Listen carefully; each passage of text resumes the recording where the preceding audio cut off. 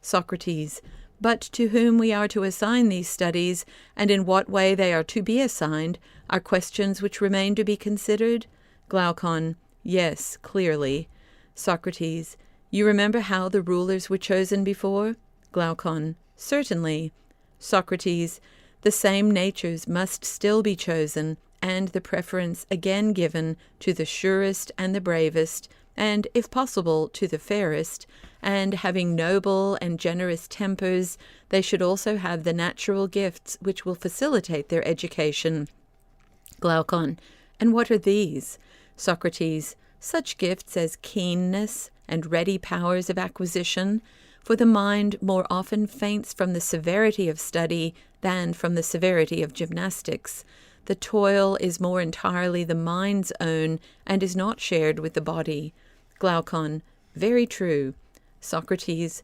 Further, he of whom we are in search should have a good memory, and be an unwearied, solid man, who is a lover of labor in any line, or he will never be able to endure the great amount of bodily exercise, and to go through all the intellectual discipline and study which we require of him.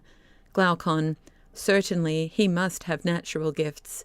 Socrates. The mistake at present is that those who study philosophy have no vocation, and this, as I was before saying, is the reason why she has fallen into disrepute.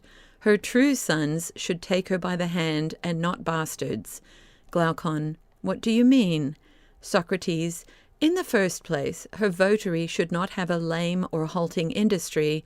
I mean that he should not be half industrious and half idle, as, for example, when a man is a lover of gymnastic and hunting and all other bodily exercises, but a hater rather than a lover of the labor of learning or listening or inquiring.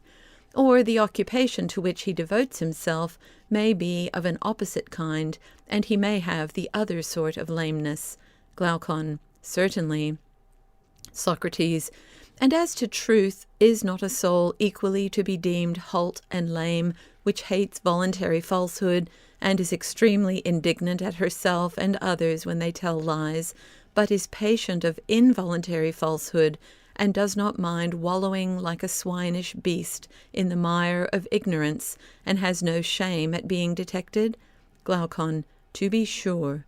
Socrates. And again, in respect of temperance, courage, magnificence, and every other virtue, should we not carefully distinguish between the true son and the bastard? For where there is no discernment of such qualities, states and individuals unconsciously err, and the state makes a ruler, and the individual a friend, of one who, being defective in some part of virtue, is in a figure lame or a bastard. Glaucon. That is very true.